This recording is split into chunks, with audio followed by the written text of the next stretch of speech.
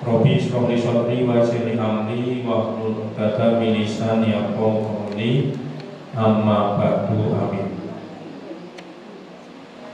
Bapak-bapak, ibu-ibu, ustaz, ustazah, jamaah kajian Ahad pagi yang semoga dimuliakan oleh Allah Subhanahu wa Ta'ala. Alhamdulillah, marilah kita bersyukur pada Allah Subhanahu wa Ta'ala yang telah melimpahkan nikmat sehat dan juga nikmat kesempatan, sehingga alhamdulillah sampai hari ini kita masih mendapatkan kesehatan lahir dan batin. Insya Allah kita meneruskan puasa kita di bulan suci Ramadan tahun 1445 Hijriah. Kalau yang mulai puasa hari Senin dengan pedoman hisab hakiki, kita sudah masuk ke hari yang ke-14. Kalau yang dimulai hari Selasa dengan pedoman ru'yatul hilal, berarti hari yang ke-13. Pastikan antum semua pilih salah satu. Mengapa ini penting? Karena ini bagian dari imanan wahtisaban. Jadi puasa ini bagian dari menjalankan syariat Allah. Ada yang Senin juga belum mulai, Selasa juga belum mulai. Mau kapan mulainya? Katanya saya mau puasa pilih yang belakangan, kemudian mau hari raya pilih yang duluan. Padahal besok hari raya itu kalau berdasarkan hitungan ini itu sama, bareng hari Rabu. Jadi ternyata pilih-pilih ibadah itu nggak ada tuntunannya.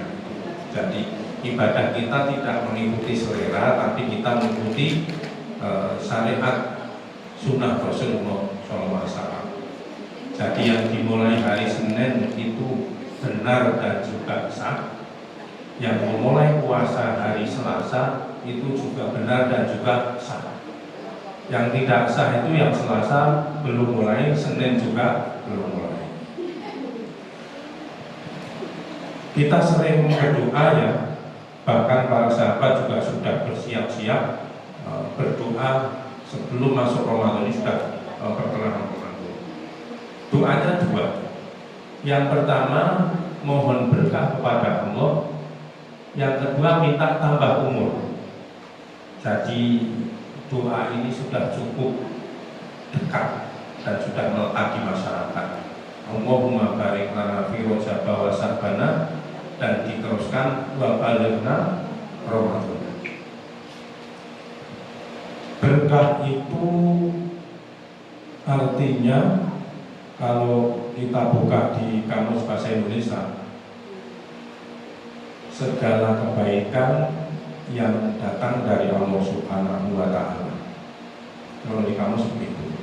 Jadi berkah adalah ziyadatul khair minallah, tambahnya kebaikan dari Allah Subhanahu wa Ta'ala. Kalau para ulama mendefinisikan kalau berkah itu adalah ziyadatul ta'ah, tambahnya ketaatan. Jadi berkah adalah ziyadatul khair wa ziyadatul ta'ah, tambahnya kebaikan sekaligus juga bertambahnya ketaatan. Ini namanya berkah.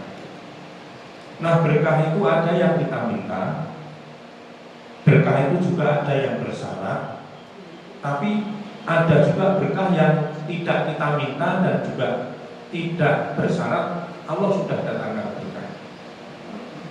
Berkah yang kita minta itu umpamanya setiap hari ya, kita mungkin pada saat kita mau makan itu kan doa Allahumma barik lana fima razaqtana wa qina adzabannar. Ini kita minta berkah. Atau tadi kita berdoa Allahumma barik lana fi Sya'ban, ini minta. Tapi ada juga berkah itu yang ada syaratnya. A'udzubillahi minasyaitonir rajim. Walau anna ahlal qura amanu wattaqau la fatahna 'alaihim barakatim minas sama'i wal ardh. Allah akan turunkan berkah dari langit dan Allah akan mengeluarkan berkah dari bumi. Syaratnya dua, iman dan takwa. Berarti ada berkah yang kita minta, ada berkah yang bersyarat, tapi juga ada berkah yang langsung Allah turunkan tanpa syarat. Pada saat Rasulullah SAW diperintahkan untuk Isra Mi'raj, alladzi barakna haulahu linuriyahu min ayatina innahu was-sami'ul basir. Alladzi barakna haulahu linuriyahu min ayatina. Allah sudah datangkan berkah itu di mana? Di sekitar ketika Rasulullah SAW diperintahkan untuk Isra. Dan sampai sekarang, mana itu? Masjidil Haram, Masjidil Aqsa, Masjid Madinah yang juga dilewati Rasulullah pada saat Mi'raj atau Isra. Makanya tempat yang diberkahi itu kemudian ditetapkan oleh Allah Subhanahu wa taala, wat-tini waz-zaitun wat-turi sinin wa hadzal baladil amin. Ini tempat-tempat yang diberkahi. Jamaah sekalian, bulan Ramadan ini juga bulan yang sudah tidak perlu kita minta, Allah sudah tetapkan ini adalah bulan berkah. Maka pada saat Rasulullah SAW itu khutbah di akhir Sa'ban, beliau menyampaikan di antaranya Ramadan syahrul azim wa Ramadan syahrul mubarak. Ramadan adalah bulan yang dimuliakan Allah, sekaligus juga syahrul mubarak. Nah, tergantung kita mau jemput enggak kalau Ramadan ini sebagai bulan berkah. Padahal mestinya kita tidak sekedar menjemput, kita manfaatkan bulan ini untuk mendapatkan kebaikan-kebaikan yang berlipat ganda dari Allah Subhanahu wa taala. Kata berkah itu sekarang sudah ada di mana-mana. Warung makan barokah, bengkel sepeda motor barokah, mobil juga, di truk itu juga ada yang barokah. Nah, sebenarnya masyarakat sudah sadar betapa harapan-harapan berkah itu ada pada setiap nikmat yang dititipkan oleh Allah Subhanahu wa taala. Maka secara sederhana sebenarnya berkah itu ilmunya barokah, kendaraannya barokah, rumahnya barokah, hartanya barokah. Apa artinya? Rumah, harta, kendaraan ini sebagai sarana untuk berdekat-dekat dengan Allah Subhanahu wa taala. Itulah barokah. Tapi sebaliknya ketika Allah Subhanahu wa taala itu tidak mendatangkan barokah, rumahnya yang mewah, kendaraannya yang berganti-ganti, hartanya yang banyak, jabatannya yang kuat umpamanya, tapi ketika tidak Allah datangkan barokah di sana, maka orang tersebut atau harta tersebut, kekayaan tersebut tidak mendatangkan orang untuk berjuang di jalan Allah. Dan semoga Ramadan ini menjadi bagian yang tak terpisahkan agar kita mendapatkan berkah dari Allah Subhanahu wa taala. Ini minta berkah. Yang kedua, kita minta tambah umur. Wa baligna Ramadan. Kalau kita minta tambah umur itu, Allah sudah tunjukkan bahwa waktu itu bukan milik kita, tetapi yang punya waktu itu Allah Subhanahu wa ta'ala. Allah sudah berikan waktu untuk kita hanya ada 3 kesempatan. Yang pertama, waktu yang sudah berlalu. Kita sudah tidak bisa mengulang lagi sejak kita lahir sampai hari ini. Ini waktu yang sudah berlalu.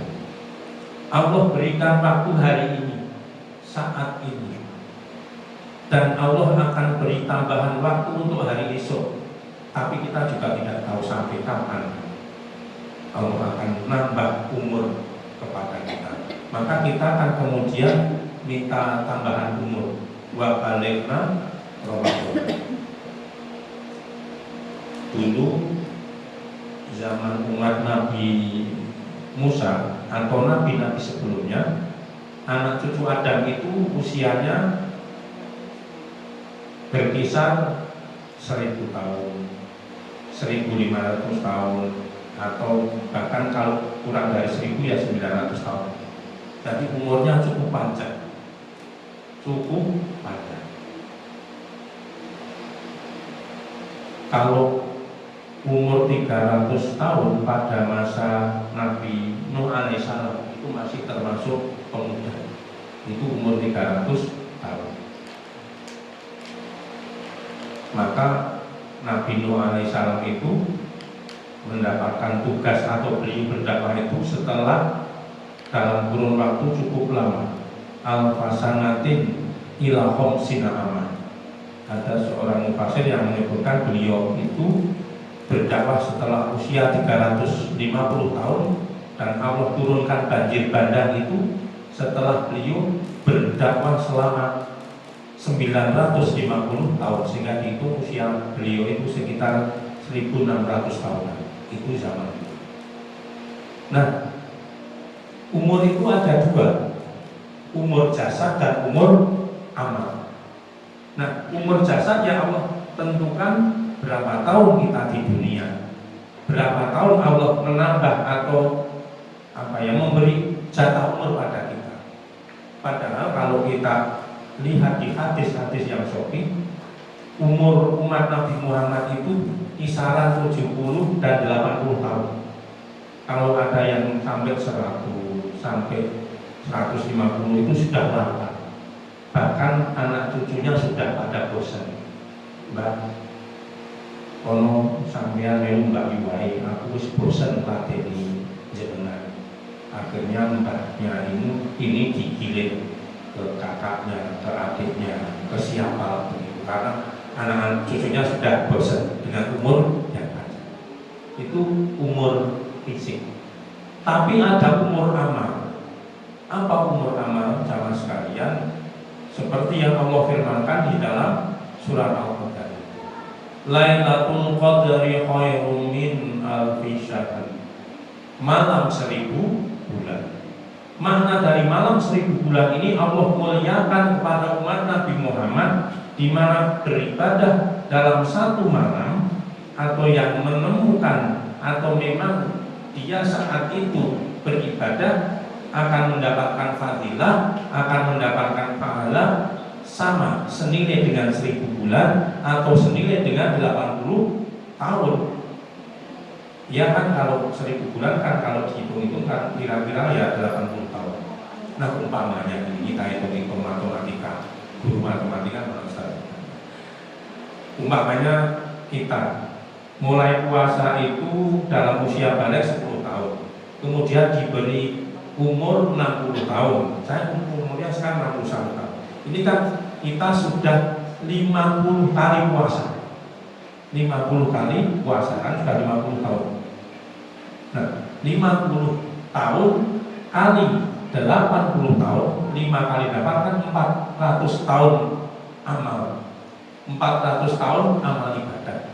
Betapa Allah Subhanahu wa Ta'ala ini ingin mengangkat derajat umat Nabi Muhammad dalam usia yang pendek tapi amalnya panjang. Ini yang disebut dengan umur amal. Nah, maka kalau jamaah sekalian mencermati satu hadis, ketika anak cucu Adam itu meninggal, maka terputuslah seluruh amalnya. Hanya tinggal 3. Apa? Sedekah jariah, ilmu yang bermanfaat, dan anak soleh atau solikah yang mendoakan kedua orang tuanya. Ini juga yang disebut dengan umur amal. Makanya mengapa para sahabat itu kalau ditinggalkan bulan Ramadan menangis bersedih, karena kesempatan untuk beramal dengan umur amal itu sudah hilang. Kalau kita kan sedihnya sudah lain ya, menjelang habis Ramadan ini bodoh siap-siap belum diopo malah susah dadi malih. Ora susah nek arep ditinggal poso ning malah susah nek arep bodoh belum diopo. Ini sudah lain pikir tapi budaya salah seperti itu. Nah, kita tuliskan di sini ya.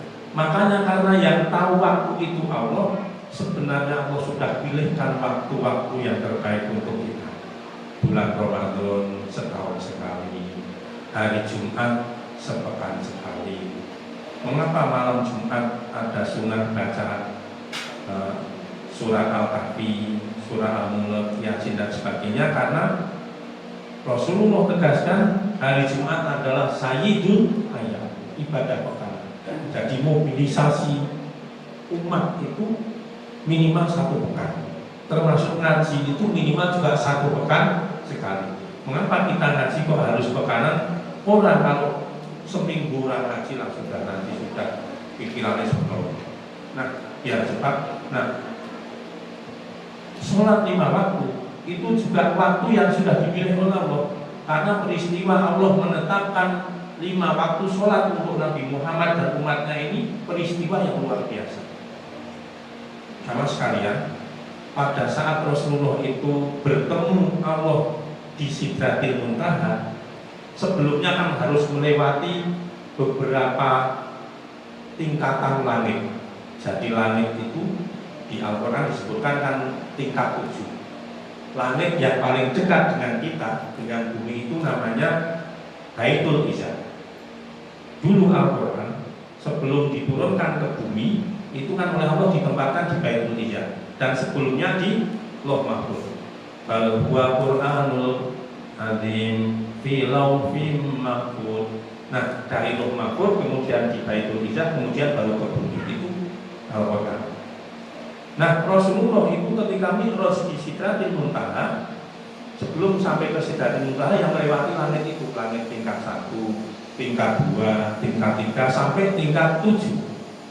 Nah, di atas langit tingkat 7, malaikat Jibril mempertemukan Rasulullah dengan Nabi Ibrahim. Karena Nabi Ibrahim itu sedang bersandar di Baitil Ma'mur. Wal Baitil Ma'mur. Baitil Ma'mur adalah rumah Allah yang setiap hari digunakan untuk bertasbih, untuk tawaf, untuk berzikir, untuk beribadah para malaikat. Satu hari ada 70.000 malaikat yang masuk ke Baitul Ma'mur itu. Dan letaknya Baitul Ma'mur itu lurus, tegak lurus di atas Ka'bah. Nah, mengapa Allah pertemukan Nabi Muhammad dengan Nabi Ibrahim Khalilullah? Allah ingin tegaskan bahwasana fihi ayatum bayyinatum maqamu Ibrahim musholla. Muhammad, ketahuilah, ketika kamu ada di sini di Baitul Ma'mur yang di bawah lurus sana. Jadi kalau ada umpamanya ada batu jatuh dari Baitul Ma'mur ke bawah, itu akan jatuh di atas Ka'bah. Ketahuilah Muhammad bahwasanya yang membangun rumah Allah di bumi di Mekah sana adalah Nabi Ibrahim. Maka apa buktinya? Fihi ayatum bayyinatum maqam Ibrahim musholla. Ada maqam Ibrahim. Jadi maqam itu bukan makam. Maqam adalah telapak kedua kaki Nabi Ibrahim yang membekas di atas batu.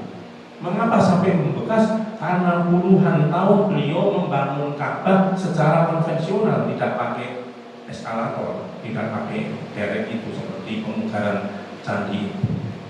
Karena setiap hari, setiap bulan, setiap tahun, bertahun-tahun harus naik di sini, berdiri di sini, menerima batu terus.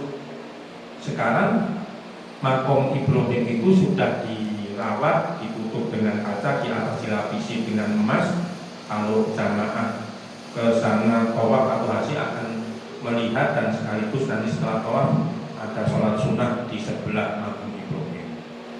Nah, itulah pertemuan Nabi Muhammad bersama Nabi Ibrahim di Baitul Ma'mur. Setelah itu baru Allah panggil tidak bersama malaikat Jibril.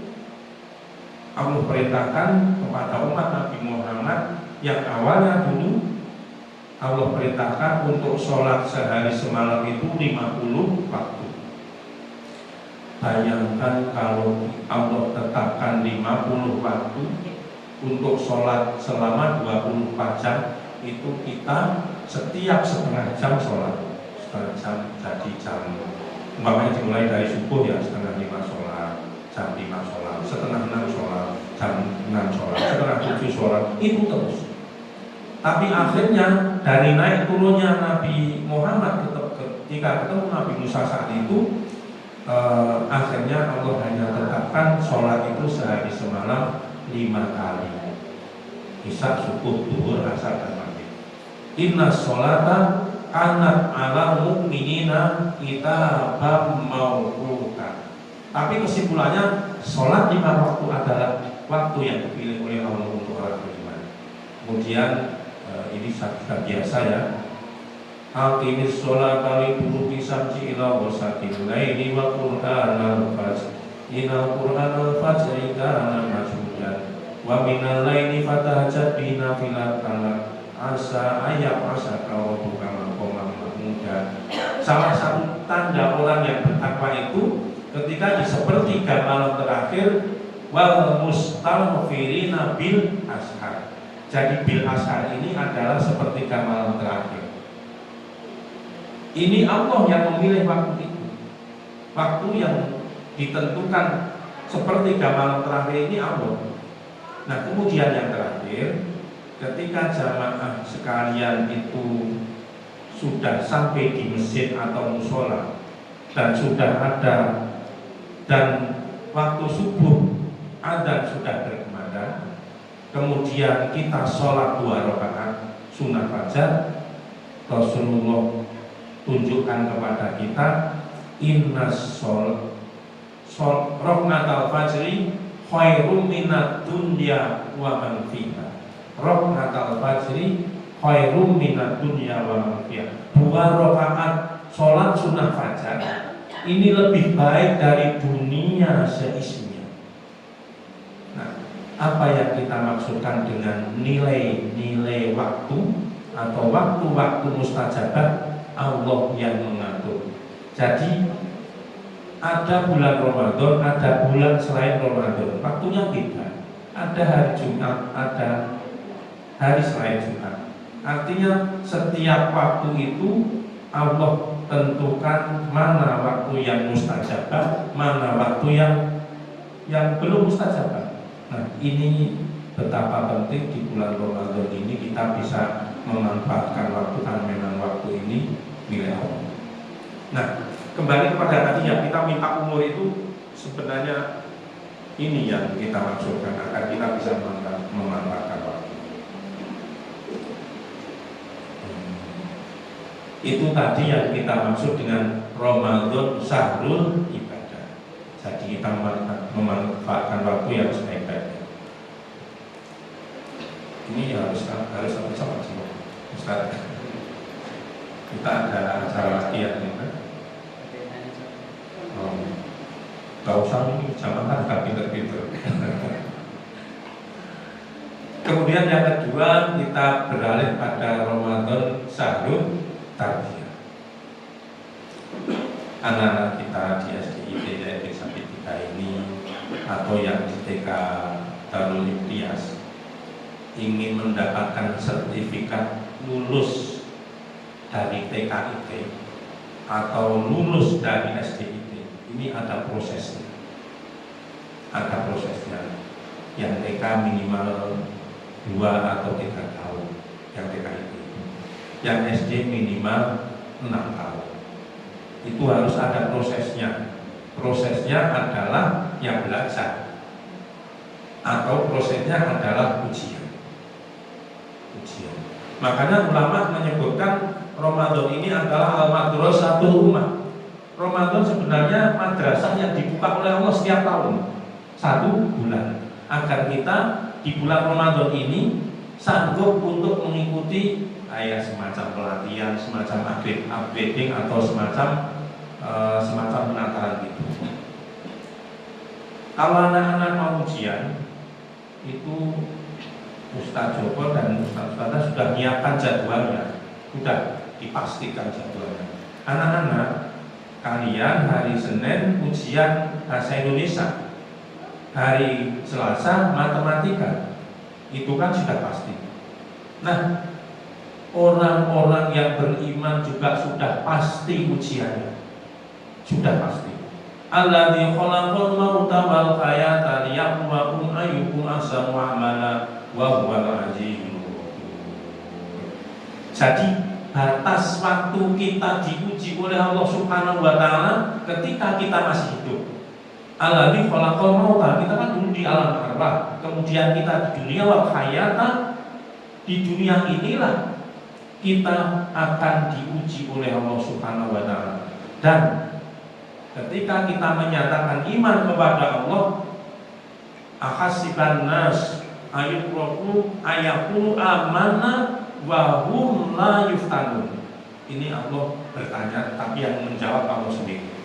Apakah manusia mengira setelah mereka menyatakan dirinya beriman, Allah tidak mengujinya lagi, justru diuji. Jadi orang beriman itu waktu ujiannya sudah pasti. Kapan? Selama masih hidup. Ada teman yang sakit bed rest sudah puluhan tahun. Ini ujian. Jadi bed rest, sakit, tidak bisa kemana-mana sudah puluhan tahun. Kalau tidak beriman kepada Allah Subhanahu wa taala, mau apa? Untuk apa hidup ini? Nah, maka ujian kita itu waktunya selama hidup. Kapan itu? Setiap saat. Jadi kalau anak-anak jadwalnya kan ditentukan ya, Senin, Selasa, ini akhir semester, ini tengah semester, itu begitu. Tapi kalau ujian dari Allah Subhanahu wa taala itu setiap saat, bisa pagi, bisa sore, bisa malam, tetapi pasti. Wa nabluwakum bisyarri wal khairi fitnah. Wa nabluwakum bisyarri wal khairi fitnah. Yang pertama, wa nabluwakum dan wala nabluwakum itu adalah Allah pasti akan datangkan kepada kalian. Kalian pasti akan didatangkan tentang ujian ini. Dan ujiannya kalau dibuat semacam dua, namanya ya ada dua. Dan ujian itu menyenangkan, gampang-gampang gitulah, menyenangkan, gampang-gampang, kepenak. Tapi juga kadang-kadang ujian itu menyusahkan. Bahkan ujian itu kadang kita tidak sanggup untuk menghadapinya. Makanya bekal apa sebenarnya untuk menghadapi ujian yang susah dan senang itu? Hanya satu, iman pada Allah Subhanahu wa taala. Tadi kita bacakan surat Al-Maidah ayat berapa tadi ya? 35 kalau salah. A'udzu billahi minasyaitonir rajim. Bismillahirrahmanirrahim. Ya ayyuhalladzina amanu taqullaha wabtaghu ilaihil wasilah wajahidu fi sabilihi la'allakum tuflihun. Di dalam tafsir Ibnu Katsir, Rasulullah setelah membacakan ayat ini, kemudian Rasulullah mengisahkan kepada para sahabat tentang 3 orang yang beriman kepada Allah Subhanahu wa ta'ala sedang menuju perjalanan atau menjadi seorang musafir. Jadi Rasulullah menyampaikan kisah pada para sahabat, wahai para sahabat, ada 3 orang musafir yang terjebak pada saat perjalanan jauh. Pada saat itu di tengah perjalanan dilanda hujan dan badai sekaligus juga bersamaan dengan gempa. Karena yang gempa di Jawa Timur ya, pada gempa itu. Nah, karena ada gempa yang tidak henti-hentinya, maka 3 musafir ini beristirahat atau berteduh masuk dalam sebuah gua. Pada saat mereka bertiga masuk di dalam gua itulah ada gempa susulan, kan mudahnya begitu, maka ada batu yang kemudian menutup gua itu. Apa yang terjadi? tentunya 3 musafir ini dalam kondisi yang gelap gulita, mau minta tolong kepada siapa, batu yang besar itu tidak kuat didorong mereka bertiga.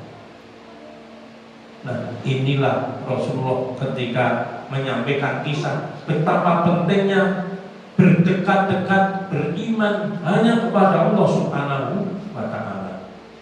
Maka mereka hanya berharap pertolongan Allah Subhanahu wa Ta'ala. Apa harapan itu? Apa yang dijadikan bagi sarana untuk minta pertolongan Allah? Amalnya sendiri-sendiri. Yang pertama, seorang yang dia termasuk mengamalkan birrul walidain. Ya Allah, satu hari saya pulang kerja sampai sore, istri saya sudah menunggu, anak saya sudah menunggu agar segera bisa makan, bisa minum. Tapi saat itu saya harus melayani ayah dan ibuku yang sudah sekian lama sakit, kebetulan tertidur.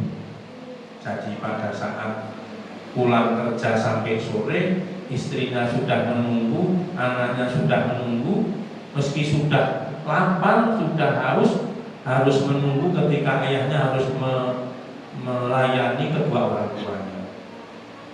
Nanti ya setelah, kalau umpamanya bilang pada anaknya, anak nanti ya setelah kakek dan nenekmu ini bangun, nanti ayah suapi dulu, habis suapi dulu, kamu baru saya kasih makanan. Sampai malam, sampai istrinya tertidur, sampai anak-anak tertidur, orang tuanya belum bangun. Nah, pada saat bangun baru melayani kedua orang tuanya, sehingga sampai pagi anak istrinya ini mendapatkan nafkah, mendapatkan makan hari setelah melayani kedua orang tuanya. Ya Allah, kalau amal-amal seperti ini Engkau terima, jadikanlah ini sebagai wasilah tawasul aku kepadamu ya Allah, tolonglah bukakanlah batu ini. Kan baru bergeser sepertiga. Nah, orang yang kedua juga orang yang saat itu ada kesempatan untuk berzina 2 kali, ada kesempatan yang sangat mudah, tapi ya Allah, saat itu aku takut kepadamu sehingga aku tidak jadi berzina. Kalau ini sebagai amal yang kau terima, terimalah amalku ini sebagai tawasul, wasilah untuk bisa bergeser batu ini ya Allah. Meskipun sudah bergeser 2/3 untuk bisa untuk keluar 3 orang itu. Baru yang terakhir, ya Allah, dulu saya punya karyawan. Ada satu karyawan yang belum sempat menerima gaji karena saat itu terus pergi.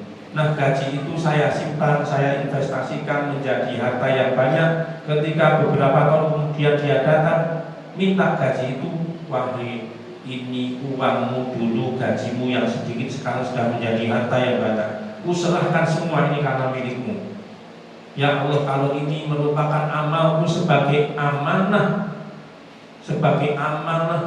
mengelola harta milik karyawanku, terimalah ini sebagai tawasulku kepadamu ya Allah. Bukakanlah kami bertiga ini dari batu yang besar ini ya Allah. Akhirnya batu bergeser dan musafir yang bertiga ini bisa keluar dari terjebaknya di dalam gua. Jamaah sekalian, kisah ini disampaikan oleh Rasulullah SAW kepada para sahabat. Tujuan yang pokok adalah untuk menguatkan agar iman ini menjadi sarana untuk kuat silah billah, untuk berdekat-dekat, untuk selalu kita ini beriman kepada Allah Subhanahu wa Ta'ala ini tidak sekedar main-main begitu. Allah akan terus bisa mengawasi kita dan akan mencatat amal-amal kita. Makanya kalau di dalam kisah yang lain, Nabi Yunus itu kalau dari sisi perhitungan logika mestinya sudah mati karena sudah ditelan ikan dan sudah dibawa masuk ke dasar laut, dan di dalam perut ikan itu sudah berhari-hari bahkan berminggu-minggu.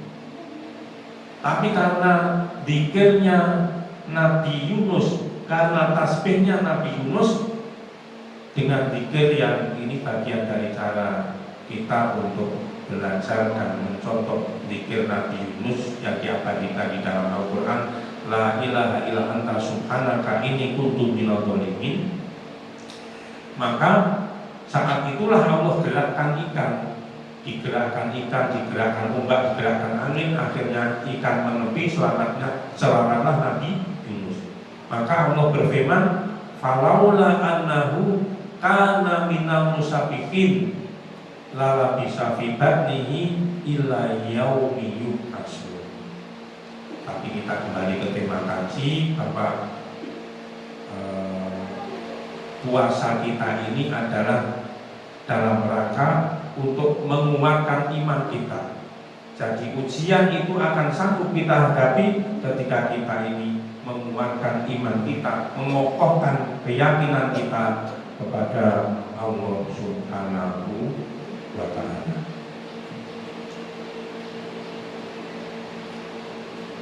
Nah, ini untuk mudah saja. Makanya berulang-ulang sering kita sampaikan, derajat takwa itu bukan sesuatu yang instan. Jadi derajat takwa ini ada prosesnya. Kalau iman yang baik itu sering kita umpamakan seperti logam mulia atau emas. Jadi logam mulia itu meskipun kena panas dia tetap emas.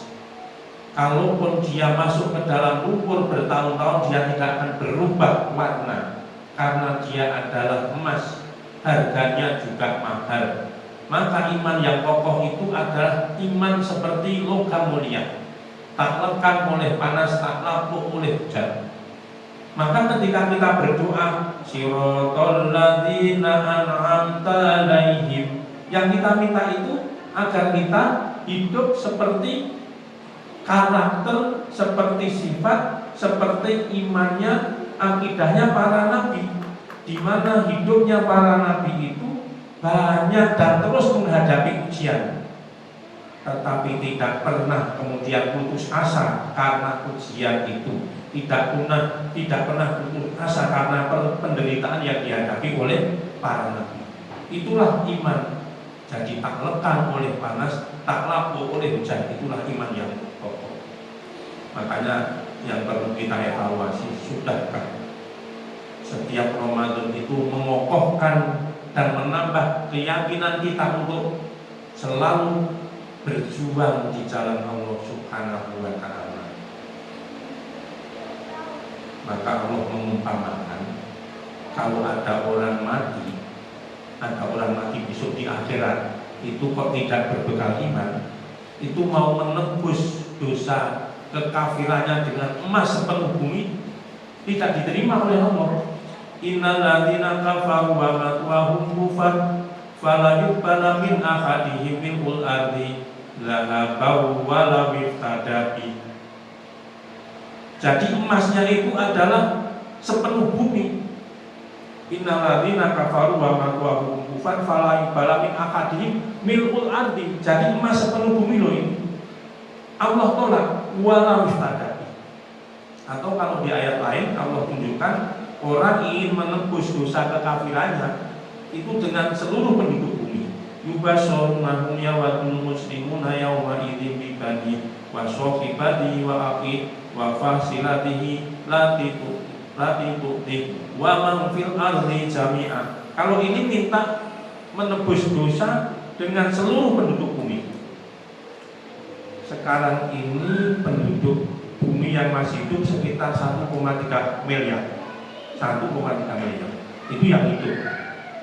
Berapa miliar yang sudah mati, dan sampai akhir zaman berapa lagi jumlah penduduk. Nah, artinya Allah menolak orang yang tidak beriman ingin menebus dosa kekafirannya dengan emas sepenuh bumi, dengan seluruh penduduk bumi. Ini sebenarnya menguatkan keyakinan kita bahwasanya iman itu harganya mahal. Iman itu bukan sesuatu yang murah. Iman adalah harga yang paling tinggi, yang mahal di hadapan Allah Subhanahu wa ta'ala. Maka Allah itu membeli orang-orang yang beriman dengan surga. Dibeli. Innallaha astara minal mu'minin amwalahum anfusahum wa amwalahum. Jiwa orang-orang yang beriman, harta orang-orang yang beriman diberi oleh Allah. Makanya iman itu bukan sesuatu yang mudah. Nah, tapi kembali ke di sini. Nah, proses untuk menuju derajat takwa itu diantaranya memang yang pertama mestinya kita pertahankan iman ini, karena iman inilah yang akan menjadi tiket selamat dunia dan akhirat. Nah, apa dampak iman? Mestinya iman itu kalau kita ibaratkan pohon ya ada buahnya, berbuah dan buahnya bermanfaat. Kalau anak-anak kita, salah satu sifat karakter yang mesti kita siapkan adalah nafi'un liwayhi. Jadi anak yang kehadirannya membawa manfaat kepada orang. Demikian juga puasa. Puasa yang berdampak ini adalah puasa yang nanti menambah sifat-sifat yang ada pada diri kita. Alladzina yunfiquna fis syarra'i wad dharra wal kadhimina al-ghaidha wal 'afina 'anil nas wallahu yuhibbul muhsinin. Ayat tentang alladzina yunfiquna fis syarra'i wad dharra ini sebenarnya mendidik kita agar memiliki jiwa al-qudah, bersiap-siap untuk terus berjuang di jalan Allah dalam keadaan apapun. Fis syarra'i wad dharra. Perjalanan menuju perang Tabuk itu jaraknya 750 km, bukan jarak yang dekat. Pada saat menjelang perang Tabuk itu Madinah panen kurmanya tidak begitu bagus, disertai dengan musim dingin yang berkepanjangan, sehingga bekal para sahabat untuk menuju perang Tabuk itu banyak yang pas-pasan, sudah habis-habisan. Ada beberapa sahabat yang datang pada Rasulullah, ya Rasulullah, apakah masih ada kendaraan yang bisa untuk memboncengkan kami ini? Apakah masih ada sisa anggaran untuk kami yang memang kami betul-betul tidak punya apa-apa? Apa kata Rasulullah pada sahabat-sahabat ini? Maaf para sahabat, kendaraan sudah pas. Teman-teman sahabat ini juga katanya juga pas-pasan. Kalau memang antum kalian tidak punya apa-apa, silahkan pulang ke Madinah, pulang ke kampung, gak usah ikut kami, gak apa-apa. Bagaimana perasaan sahabat yang saat itu memang tidak punya apa-apa, tetapi ingin bersama Rasulullah, ingin jihad fisabilillah untuk beribadah pada Allah Subhanahu wa Ta'ala. Mereka pulang meneteskan air mata. Mereka pulang dengan sangat sedih karena tidak bisa untuk terlibat bersama Rasulullah ke medan perang Tabuk. Tapi Allah Maha mengetahui. Innallaha sami'un alim. Satu saat Allah turunkan, Allah mengampuni kepada orang-orang Islam, kepada penduduk Madinah yang memang mereka benar-benar tidak punya apa-apa. Jujur loh, itu tidak punya apa-apa. Nah, artinya betapa Allah tunjukkan di Al-Quran bagaimana kita itu bisa menjadi orang-orang yang alladzina yunfiquna fis syarra'i wad dharra. Kapan saja kita sanggup untuk berjuang di jalan Allah. Ini pasca pemilu bukan kemudian kita selesai berjuang, ya. Kita akan terus berjuang pasca pemilu. Bahkan tantangan juga lebih berat bagi umat Islam. Pada saat Rasulullah itu bertemu Fatimah dan Ali, Rasulullah bertanya, kenapa kalian kelihatan pucat? Apakah barusan sakit? Enggak ya Abi, enggak ya Nabiullah, enggak ya Rasulullah. Nah, kenapa? Kami berdua ini baru saja puasa nazar 3 hari berturut-turut. Hari yang pertama kita sudah nyiapkan snack untuk buka, tapi ada orang miskin kita berikan. Akhirnya hari pertama kami hanya berbuka air putih. Hari kedua juga begitu ya Rasulullah, ada fakir, ada anak yatim. Hari ketiga juga begitu. Jadi Fatimah hari ini 3 hari berturut-turut hanya berbuka dengan air putih. Nah, seperti SDIT TK itu ya, kalau iftar kan mestinya makan juga ada makan juga. Nah, Karena kerelaan Fatimah dan Ali terhadap orang miskin dan juga yatim inilah kemudian menjadi asbabun nuzul turunnya ayat tadi di antara yang dibacakan Ustaz tadi, wa yut'imuna ta'ama ala hubbihi miskinan wa yatiman wa asira.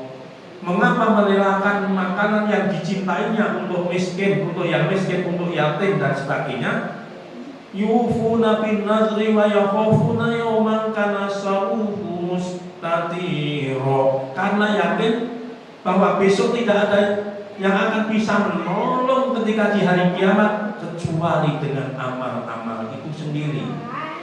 Jadi ini adalah ayat yang mendidik kita akan memiliki cerdas sosial, empati kepada orang yang kekurangan.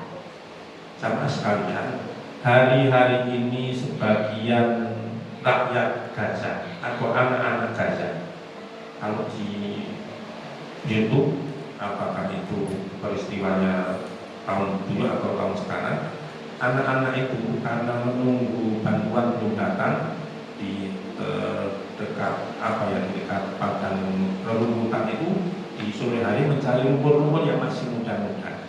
Ketika ditanya, apa ini kalian mengumpulkan rumput-rumput ini? Kami sedang menunggu bantuan tapi belum datang. Kalau nanti sampai maghrib ini kami nggak dapatkan bantuan, ya rumput-rumput muda ini yang nanti saya jadikan saya makan untuk berbuka. Ini anak-anak Gaza.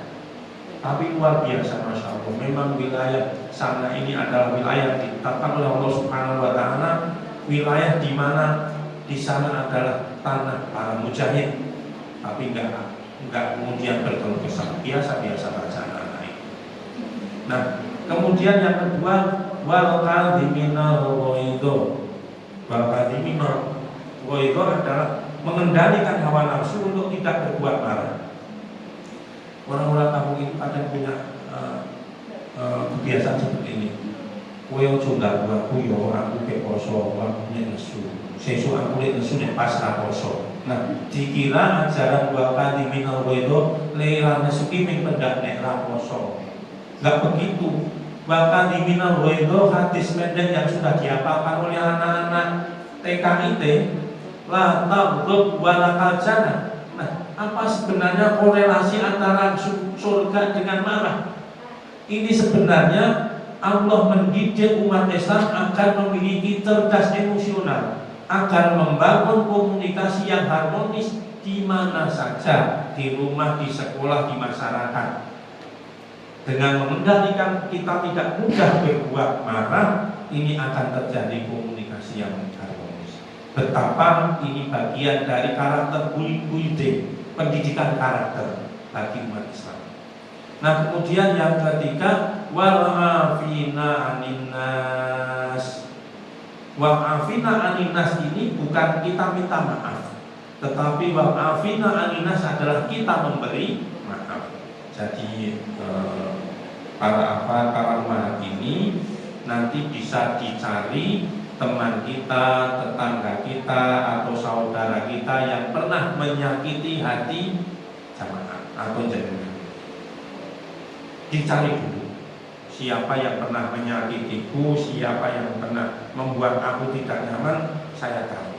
Setelah ketemu, kemudian antum atau anti beli oleh-oleh. Kemudian didatangi, assalamualaikum, waalaikumsalam. Kenapa pagi-pagi kesini? Iya, saya kesini yang pertama niat silaturahim. Yang kedua, saya kesini akan memaafkanmu karena kamu sering menjengkelkan aku. Yang ketiga, ini saya bawakan oleh-oleh. Yang keempat, saya doakan ya semoga puasa kita diterima oleh Allah Subhanahu Wa Taala. Berapa pahalanya? 4 keutamaan, 4 kali 10 kali 700, pokoknya luar biasa pahalanya. Maka terutama sebenarnya yang mudah tersinggung itu bapak-bapak ibu-ibu, jadi yang bodoh. Nah, maksud saya betapa Allah Subhanahu Wa Taala mendidik kita memberi maaf itu, wa maafina aninnas itu kita datangi dengan niat silaturahim, kita beri maaf, kita bawakan oleh-oleh, dan juga kita doakan. Itulah yang namanya wal afina Maka ayat ini Allah tetapkan dia orang-orang yang punya sifat seperti itu. Wallahu yuhibbul muhsinin. Dia adalah orang-orang yang dicintai oleh Allah Subhanahu wa taala. Kalau Allah cinta kepada orang ini, pasti dia akan dicintai orang lain. Jadi karakter ini sudah dibukti, sudah ditunjukkan oleh Allah Subhanahu wa taala. Nah, kemudian kalau mukhlis ini adalah karakter di mana orang itu beribadah bukan karena siapa-siapa dan bukan karena apa-apa. Itu ada buku lama tulisan Muhammad Ali Al-Hamidi, judulnya Godaan Setan. Itu kisah ringkasnya, kan ada orang yang ingin menebang pohon kemudian tidak jadi, tapi awalnya kan berkelahi dengan yang bawa rekso itu ya. Pada saat berkelahi itu yang pertama menang. Nah, ketika menang akan mencekik yang bawa rekso pohon itu. Sudahlah, kita itu sekarang damai-damai aja. Kita bersepakat pohon jangan ditebang, tapi nanti setiap pagi kamu saya transfer uang sekeping uang emas di bawah tempat itu. Nah, sang ahli ibadah ini kan setiap hari kemudian menerima kiriman transfer uang itu, akhirnya menjadi orang yang kaya, orang yang berlebih lah begitu. Tapi satu saat ketika yang bau rekso pohon itu sudah tidak mentransfer uang lagi, akhirnya kampak atau kapaknya kan diambil lagi. Kalau dulu kan belum ada gerasi sensor ya dengan kampak itu. Nah, di tengah perjalanan sudah diadang, mau kemana kamu? Saya akan jadi menebang pohon karena kamu sudah 3 hari, apalagi ini Hamil 7 menjelang lebaran, saya butuh duit. Saya akan menebang pohon. Ya silahkan, saya memang sengaja kok tidak mengirim uang kepadamu. Tapi kalau kamu mau menebang pohon, ya mari kita berkelahi lagi seperti itu. Nah, perkelahian yang kedua ini sang ahli ibadah sudah tidak berdaya lagi. Kapaknya kemudian direbut, kemudian juga sedikit, kamu sekarang siap akan sabun. Saya tidak sanggup untuk melawanmu lagi. Tapi saya ingin bertanya, kenapa ya saya hari ini tidak bisa mengalahkanmu? Padahal dulu saya cukup mudah menangkapmu dan mencekikmu dengan kapakku ini. Wahai ahli ibadah, ketahuilah, kamu sekarang sudah tidak sanggup lagi mengalahkanku karena niatmu sudah beda. Kalau dulu kamu bisa mengalahkanku, niat yang pertama memang kamu ikhlas karena Allah. Yang kedua, sekarang ini kamu niatnya bukan karena Allah, tapi karena kamu tidak saya transfer duit sekeping emas itu, maka kamu kalah. Betapa buku yang ditulis oleh Muhammad Ali Al-Hamidi ini menunjukkan ikhlas ini adalah kekuatan. Wa ma umiru illa liya'budullaha mukhlishina lahuddin. Orang-orang itu tidak sanggup lagi berjuang di jalan Allah karena sudah tidak ikhlas. Orang yang berhenti di jalan dakwah, orang yang tidak sanggup lagi untuk membela agama Islam karena sudah tidak ikhlas.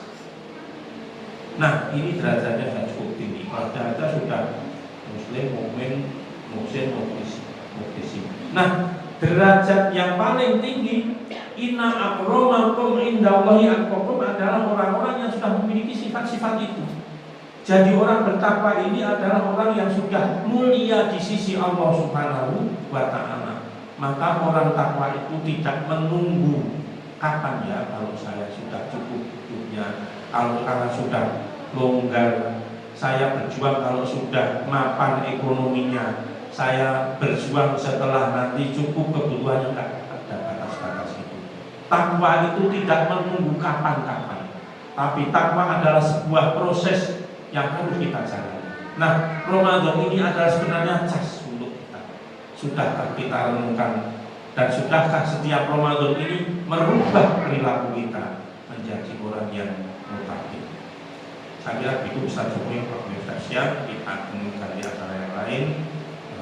Kurang lebih mohon maaf. Subhanallahumma wa bihamdika, asyhadu an la ilaha illa anta, astaghfiruka wa atubu ilaik. Billahi taufiq wal hidayah. Assalamualaikum warahmatullahi wabarakatuh.